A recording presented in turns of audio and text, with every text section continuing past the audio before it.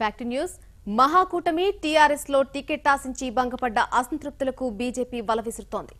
మీకు అక్కడ టికెట్ రాలేదా, మరింత ఆలస్యం మాగట్టుకొచ్చేయండి అంటూ ఆహ్వానిస్తోంది. పార్టీలో చేరే వారికి అడిగిన టికెట్లని ఇచ్చేస్తూ మహాకూటమి టీఆర్ఎస్ రెబల్స్ ను అక్కును చేర్చుకుంటోంది. టీఆర్ఎస్ మహాకూటమి మిగిలిన అభ్యర్థులను కూడా ఖరారు చేసిన తర్వాత మరికొందరు రెబల్స్ బీజేపీ గూటికి చేరే అవకాశం ఉన్నట్లు ప్రచారం జరుగుతోంది.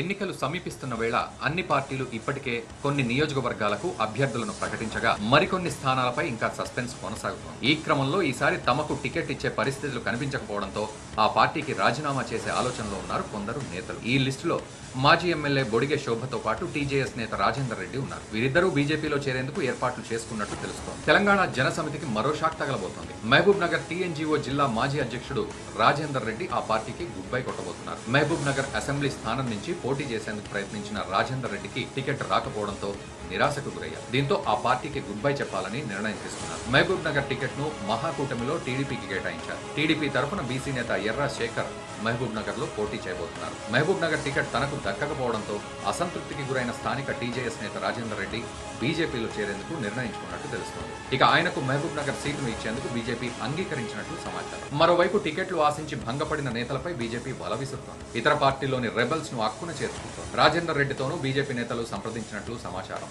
దీంతో ఆయన బీజేపీలో చేరడానికి రంగం సిద్ధం చేసుకుంటున్నట్లు తెలుస్తోంది. తన అనుచర వర్గంతో చర్చించిన అనంతరం బీజేపీలో చేరే విషయంపై 1-2 రోజుల్లో రాజేందర్ రెడ్డి నిర్ణయం తీసుకోనున్నట్లు సమాచారం. మున్ముందు మరికొందరు మహాకూటమి టీఆర్ఎస్ కు చెందిన బలమైన రెబెల్స్ బీజేపీ గూటికి వస్తారని కమలం నేతలు ధీమా వ్యక్తం చేస్తున్నారు.